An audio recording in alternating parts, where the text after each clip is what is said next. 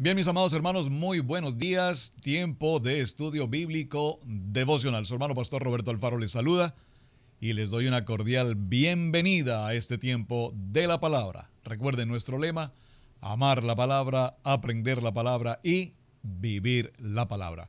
Gracias a todos los amigos que nos siguen a través de radiogénesis.tv. Allí están todos los mensajes diariamente, allí los puedes ubicar.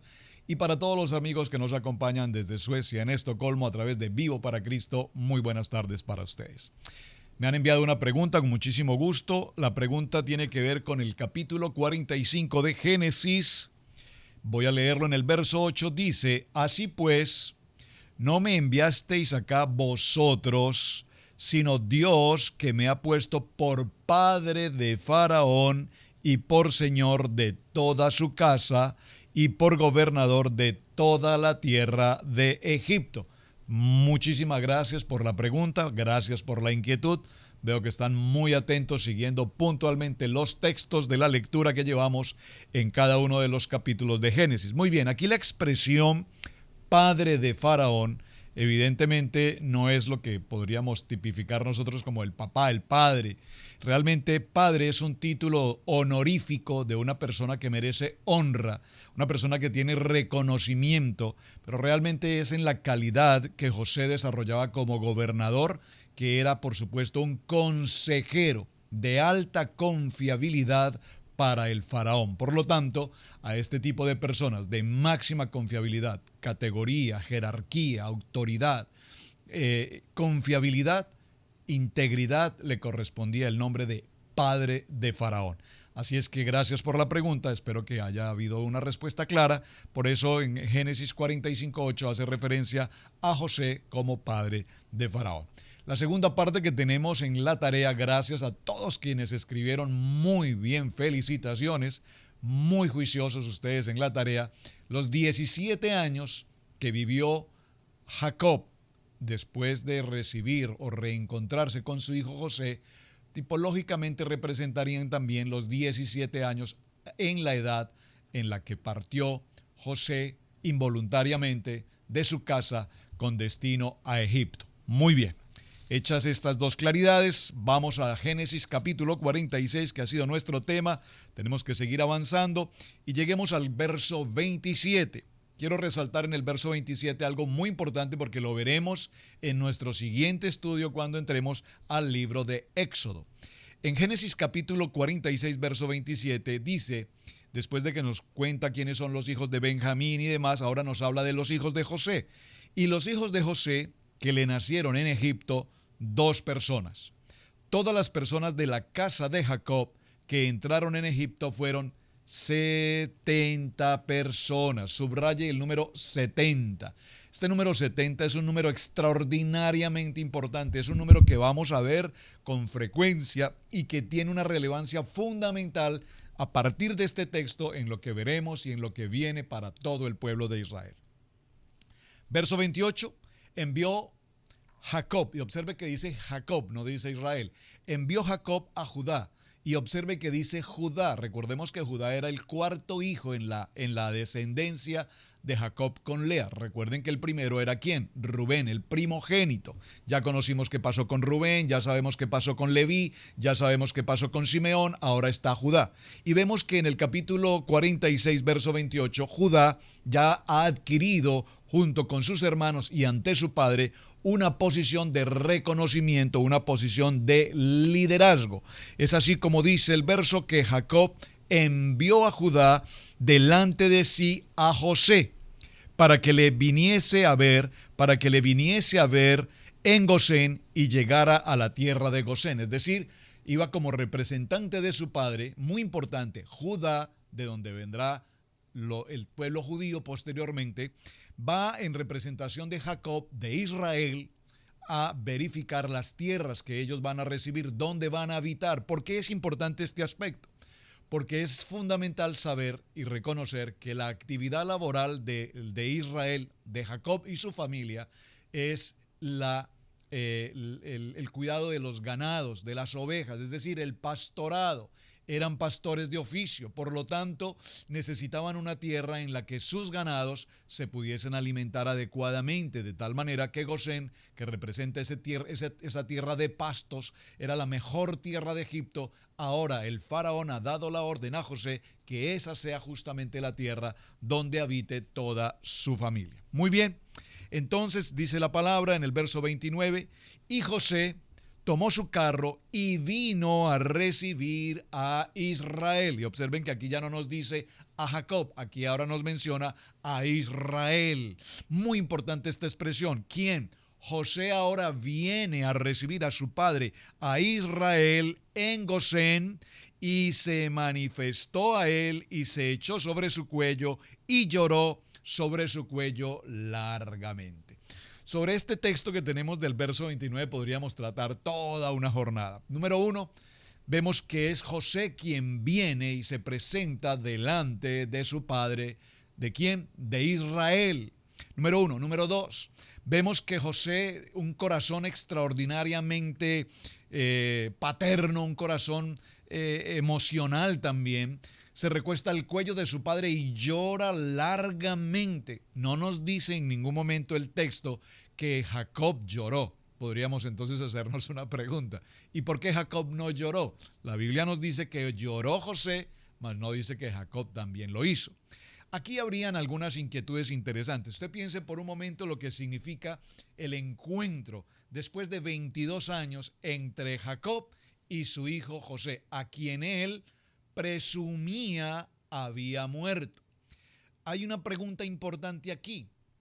Al momento de ese encuentro, no solamente decir, qué bueno, José, saber que estás vivo, papá, qué alegría verte, viene una inquietud y es la inquietud en el corazón de Jacob. Pero José, ¿cómo es que han pasado tantos años y tú no me enviaste una manera, una carta, un documento, una señal por lo menos de que estabas en vida? Han pasado tantos años y prácticamente yo estaba muerto. Prácticamente mi vida no tenía sentido. Vimos en un capítulo anterior cómo al momento en que los hijos regresan a Canaán y le cuentan a su padre de que José está en vida, dice la palabra que el espíritu de Jacob revivió. Es decir, que esos 22 años fueron años de soledad, de absoluta tristeza, de desolación absoluta. Aquí en este encuentro del verso 29 entre su padre y José, pues evidentemente habrían muchas preguntas entre ellos. Pero podríamos hacer o tomar algunas conclusiones. Por ejemplo, muy probablemente José nunca quiso manifestar a su padre lo que había pasado. ¿Qué había pasado?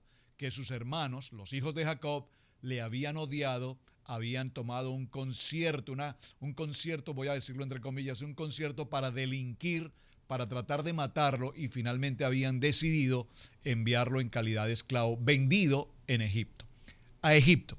De tal manera que muy probablemente José en el fondo de su corazón no quería enfrentar esta realidad con su padre, toda vez que él no pretendía de ninguna manera que su padre entendiera o conociera que justamente sus hijos le habían vendido. Número 1. Número 2, podríamos considerar que evidentemente José, ahora que vemos en estos textos que estamos leyendo, habla de que no fueron ustedes los que me enviaron, no fueron ustedes los que me vendieron, fue Dios el que permitió, fue Dios el que me envió, fue Dios el que me puso en este lugar, fue Dios el que me preparó este camino para preservar la vida de ustedes. Podríamos considerar leyendo estos textos entonces que muy seguramente José estaba siguiendo su corazón, los sueños que él había tenido, y posiblemente José entendía que no debía interferir de ninguna manera en lo que ya Dios le había mostrado que se debía cumplir. Son alternativas que solamente, repito, podemos mencionar respecto a este verso 29. Entonces Israel dijo a José, observen la expresión del verso 30. Entonces Israel dijo a José, : muera yo ahora, ya que he visto tu rostro y sé que aún vives. Esta expresión del verso 30 es una expresión muy interesante. ¿Por qué? Porque ¿cómo podemos entender que Jacob, el patriarca, este hombre que habla con Dios, que tiene esa conexión de manera que Dios le ha ayudado durante todos estos años, lo ha llevado, lo ha dirigido, ¿Cómo podríamos pensar que hoy que se encuentra con su hijo José, la primera intención de su corazón es morir? ¿Será que él acaso tenía una pena tan profunda que anhelaba su muerte, que solamente al ver a su hijo él entendió que ya su vida no tendría más sentido? Es una pregunta interesante, pero también podríamos considerar desde este punto de vista que Israel ahora que ha encontrado a su hijo José, recuerden por qué razón Jacob amaba tan profundamente a José, porque José estudiaba con su hijo Jacob, estudiaba con su hijo José desde muy niño hasta los 17 años, estudiaba la palabra, la Torá, y sabía Jacob que José sería la continuación del ministerio. Sabía Jacob que José sería la continuación de la nación, de la promesa que Dios había dado a Abraham, a Isaac y a Jacob. Jacob sabía en su corazón que al morir o al desaparecer de la historia, José prácticamente desaparecía la posibilidad de un pueblo llamado Israel, una nación. Al reencontrarse con su hijo, Jacob prácticamente dice: ya hoy sé que el cumplimiento de la promesa a mi padre, a mi abuelo Abraham, se va a cumplir, porque evidentemente hoy me he reencontrado con José, y José no solamente es José, sino que ahora es el Señor, padre de Faraón, dueño, gobernador de toda esta tierra. Por lo tanto, sé que la promesa se va a cumplir. Así es que prácticamente yo ya no tengo nada que hacer. Ahora sé que todo vuelve a la normalidad. Esta podría ser la expresión: ahora puedo morir después de ver tu rostro. Y dijo José a sus hermanos: subiré a la casa de Faraón y diré que mis hermanos y en la casa de mi padre están en tierra, han venido. Y verso 32, y los hombres son pastores de ovejas, porque son hombres ganaderos y han traído sus ovejas y sus vacas y todo lo que tenían. ¿Por qué es tan importante el verso 32 cuando nos menciona que sus hermanos y todos los hebreos eran pastores de ovejas y de ganados? Porque recuerden que la tradición de Egipto, para los egipcios en este momento, todos los animales, en especial las vacas, eran sagrados, eran dioses. De tal manera que traer ahora a estas gentes, y en Egipto el concepto de pastor era un concepto no muy amable, no muy grato, era un concepto, dice la Biblia, abominable. ¿Por qué? Porque pues obviamente ellos cuidaban de los animales, pero consumían las carnes. Los egipcios no comían la carne. Entonces diréis, le pregunta José, o le dice José a sus hermanos, dice: cuando yo los invite a estar con el faraón y él pregunte cuál es su oficio, entonces diréis: hombres de ganadería han sido tus siervos desde nuestra juventud hasta ahora, y nosotros y nuestros padres, a fin de que moréis en la tierra de Gosén, porque para los egipcios es abominación ser pastor de ovejas. Observen que aquí José, que conoce la corte del faraón, que conoce el corazón del faraón, empieza a indicarle a sus hermanos qué es lo que deben decir, cuál es la manera que deben contestar en la medida en que Faraón haga preguntas. Verso 47, vino José y le hizo saber a Faraón y le dijo: mi padre y mis hermanos y sus ovejas y sus vacas con todo lo que tienen, subraye todo lo que tienen. Recuerden que Faraón había pedido que vinieran de Canaán hacia Egipto y que no trajesen ninguno de sus enseres. Sin embargo, aquí vienen con todo lo que tienen. Y aquí están en la tierra de Gosén. Y de los postreros de sus hermanos tomó 5 varones y los presentó delante de Faraón. Muy importante el verso 2 en el capítulo 47. José solamente toma 5 de sus hermanos. ¿Por qué no tomó a los 11 y los llevó frente a Faraón? ¿Por qué tomó solamente 5? La pregunta es, la Biblia no nos indica cuáles fueron estos 5. Podríamos tomar 2 posiciones. Número 1, llevó a los más fuertes, a los más capacitados, a los más entendidos. O versión número 2, llevó a los más débiles, a los menos capaces, a los menos apropiados, a los más débiles, si me permite usar esta expresión. ¿Por qué? Porque recuerden que José conoce el corazón de Faraón. Y lo veremos un poco más adelante. Y Faraón dijo a sus hermanos: ¿cuál es vuestro oficio? Y ellos respondieron a Faraón: pastores de ovejas son tus siervos, así como nuestros padres. Verso 4, y dijeron además a Faraón: Observen el verso 4 muy importante. Y dijeron, además a Faraón, para morar en esta tierra hemos venido, porque no hay pasto para las ovejas de tus siervos, pues el hambre es grave en toda la tierra de Canaán. Por tanto te rogamos ahora que permitas que habiten tus siervos en la tierra de Gosén. Observe que aquí hay algo muy importante. La palabra morar. Por favor, subraye la expresión morar. Dice, porque para morar en esta tierra hemos venido. Aquí la expresión morar significa temporalmente.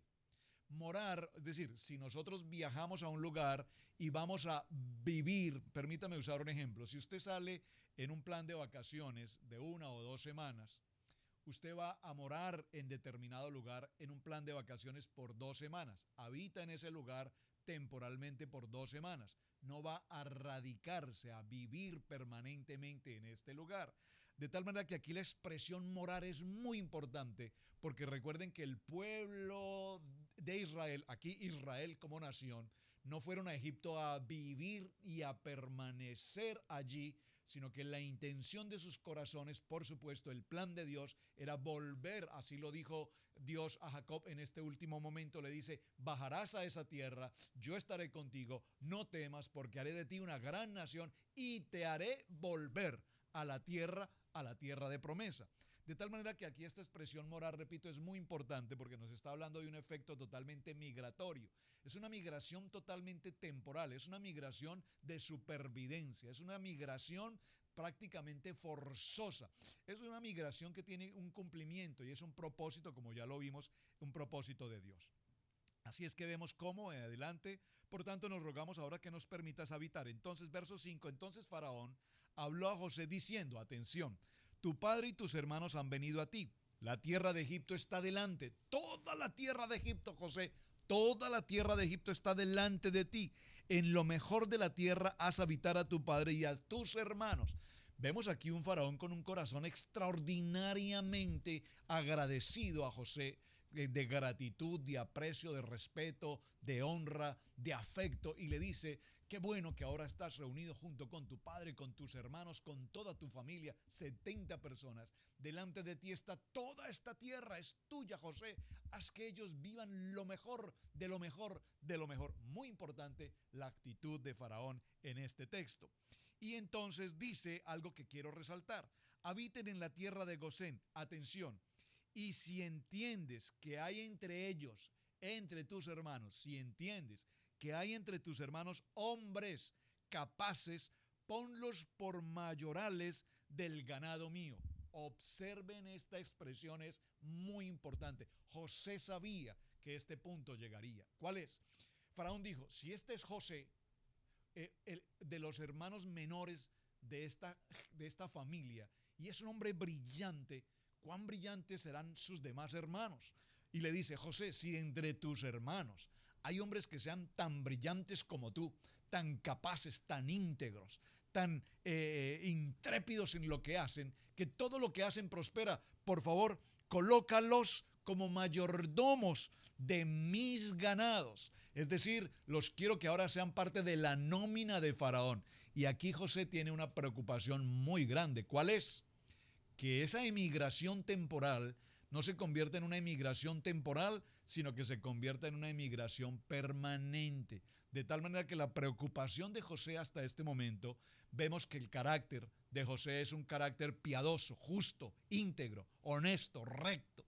Pero también es importante entender que José en todo momento era identificado como el hebreo y era identificado él como el Dios a quien adoraba. Era absolutamente respetado por Faraón y por toda la corte, de que José tenía a un Dios todopoderoso. Ahora, la preocupación de José es que al traer a su familia, sus hermanos, sus familias y todos los demás, se asimilen. ¿Cuál es la expresión se asimilen? Es decir, que dejen de ser lo que han sido los hebreos, pastores de ovejas, y ahora tomen otra ruta, otro sentido, y se conviertan en mitad egipcios, mitad hebreos. Que las normas, la Torá, la palabra, los dioses y todo esto ahora sea parte de su vida. Esta es la preocupación más delicada que tiene ahora José. También José introdujo a Jacob su padre y le presentó delante de Faraón, y Jacob bendijo a Faraón. Verso 8. Y dijo Faraón a Jacob, atención, ¿qué pregunta hace Faraón a Jacob? ¿Cuántos son los días de los años de tu vida? Posiblemente Jacob vio a este hombre como un hombre de carácter, un hombre de años, un hombre de experiencia, con una actitud como un roble y le pregunta, ¿cuántos son tus años? Y Jacob respondió a Faraón, los días de los años de mi peregrinación son 130 años. Observe, por favor, 130 años, muy importante este dato. Desde el momento en el que José desaparece al momento en que José se reencuentra con su padre, hoy la edad de Jacob son 130 años. Pero atención a la expresión, dice, pocos años y malos. ¿Por qué razón Jacob expresa esto? Pocos y malos. Porque si nosotros vemos, Isaac vivió 180. Si vemos Abraham, 175. Ahora él tiene 130 años. Y vemos que él menciona esto como años pocos, pero además como años malos. También, ¿por qué?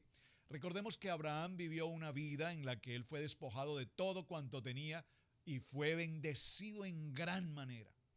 Número uno. Número dos, Isaac, recordemos que Isaac vivió la mejor experiencia. Él disfrutó de todo cuanto su padre Abraham había dejado, de su posición, de sus riquezas.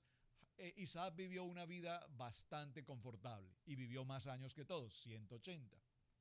Sin embargo, la vida que ha vivido Jacob hasta este momento ha sido una vida muy difícil. Pasó por el proceso del enfrentamiento con su hermano, engañar a su padre, llegar a la casa de Labán, se quería casar con Raquel, terminó casado con Lea, luego con Raquel, luego con las siervas, vienen los hijos, en el proceso de regreso muere su amada esposa Raquel, a quien él amaba tan profundamente, esto produce muchísimo dolor, luego viene su hijo Benjamín, nace Benjamín, José está en la historia, desaparece. Es decir, si resumimos toda la vida de Jacob hasta este momento, evidentemente los días son pocos y evidentemente los días han sido malos. Han sido los días de mi vida y no han llegado a los días de los años de la vida de mis padres en los días de su peregrinación. Y Jacob, verso 10, bendijo a Faraón y salió de la presencia de Faraón.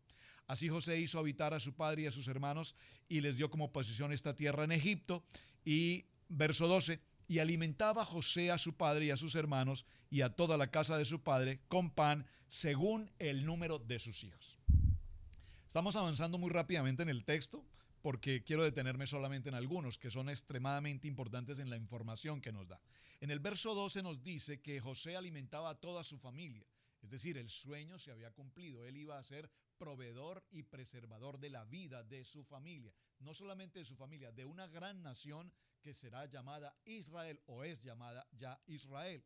Ahora, dice que los alimentaba según el número de sus hijos. Lo que indica aquí en este texto es que José no es que tenía una preferencia, una predilección particular por su padre o sus hermanos.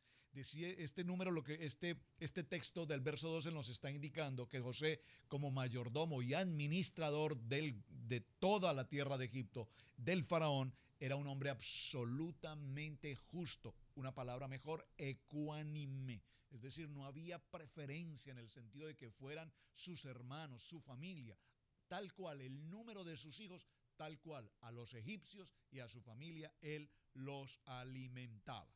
Y recogió José todo el dinero, dice la palabra, y esto es bien importante, no había en toda la tierra comida y el hambre era muy grave y desfalleció el hambre en la tierra de Egipto, y recogió José todo el dinero que había en la tierra de Egipto y en la tierra de Canaán por los alimentos que él compraba y metió José el dinero en la casa de Faraón. Todo lo que se manejaba financieramente, José lo entregaba siempre oportunamente a la casa del faraón. Así es que encontramos ya en este texto final, en el verso 15, acabado el dinero, y aquí viene una etapa que vamos a ver en el día de mañana con detenimiento. Acabada la etapa del dinero de la tierra, no había dinero en la tierra. Preste mucha atención a esta expresión porque muy probablemente estemos viviendo una experiencia muy similar hoy. Ya no tenemos hoy dinero, hoy el dinero físico, el dinero papel, el dinero moneda. Básicamente hoy todo es una tarjeta, un plástico.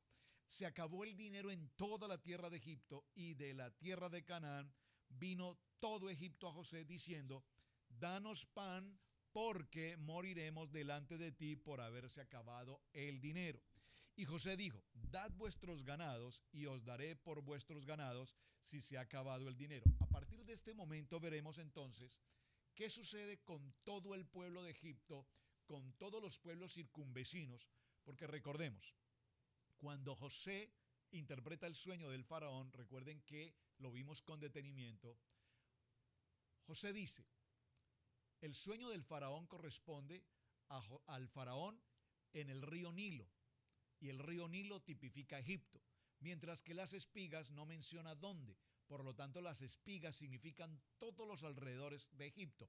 Ahora en esta situación vamos a ver cómo tanto Egipto como todas las naciones o ciudades circunvecinas deben venir, se van a conglomerar, se va a convertir en una nación gigante, porque todas las gentes de afuera ahora se ven saliendo de sus tierras, de sus ganados, no hay dinero y todos deben venir en dirección a Egipto. Es decir, vemos cómo esta etapa migratoria sigue siendo tan importante. Ahora veremos 6 aspectos para el día de mañana en los cuales José, a fin de darles alimento, les pide a estas personas, no tienen dinero con qué comprar, ahora muy bien, entréguenme sus ganados. Recoge todo el ganado de Egipto para ponerlo a disposición de Faraón. Pero vamos a encontrarnos con el siguiente texto en el cual ahora todo el ganado ya se acabó. ¿Qué más hacemos, José? Hay hambre y apenas estamos pasando por el segundo año de hambre. Entonces veremos qué propone José a todos aquellos que requerían alimento. No era gratis, no se los voy a entregar gratuitamente. Ustedes deben ganarse su alimento y veremos entonces cuál es la estrategia que ahora José utiliza para entregar a todos aquellos que pasan por hambre, que era toda la humanidad hasta el momento conocida y debían de una o de otra manera pagar por recibir ese alimento. Usted pensará, ¿por qué se sucede esto? Porque hay justicia. Recuerden que si hay algo que identifica la vida de José es ser justo, ser ecuánime. No es gratuito. Esto no es gratis. A nosotros tal vez nos gustan que nos den muchas cosas gratis. Y José dice, no, gratis no. Se lo deben ganar. De una manera se lo van a ganar. Bien, mis amados hermanos, este ha sido el tiempo de estudio bíblico devocional. Mañana dispondremos el tiempo para terminar Génesis capítulo 47. Nos adentramos a la bendición de Efraín y Manasés a través de Jacob en el capítulo 48 y observen que estamos a muy pocos días ya de cerrar el capítulo completo en Génesis capítulo 50 y terminar todo el estudio bíblico de Génesis para adentrarnos ahora al tiempo del Éxodo. Su hermano Pastor Roberto Alfaro les saluda. Bendiciones, un muy buen día. Shalom, muchísimas gracias por compartir el video, muchísimas gracias por sus mensajes y gracias también por responder a las preguntas y las inquietudes de tarea de estudio bíblico devocional. Bendiciones.